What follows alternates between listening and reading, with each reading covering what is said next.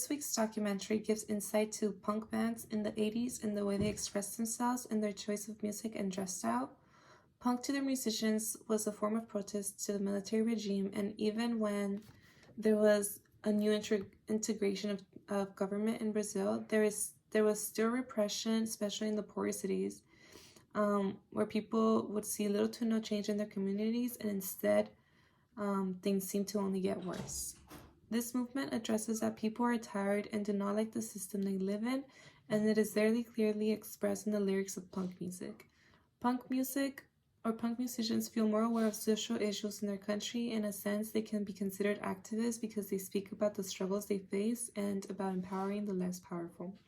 While watching the documentary, I found a comment made about Caetano Veloso interesting. To these people, Veloso went into exile out of choice and not wanting to be put in jail.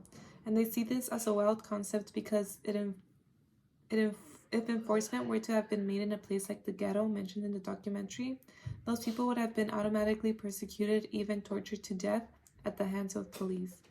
Poor people do not have the luxury of having a choice to leave the country in order to avoid consequences, which is another factor to what punk music revolts about. Now, because the lecture focused mainly on Brazilian fado rather than Brazilian funk, there were not many connections to be made from the documentary. There is a section, however, in the duo Fado Bicha that is more of an activist group that addresses issues such as the performance of gender and systemic racism. Much like the punk genre, it is alluding to a group of people that are not happy with the system they are being governed in and want change in the world. We learn from the reading that during the punk movement era in Brazil, there was also an economic crisis in the nation that was making the country go into mass inflation.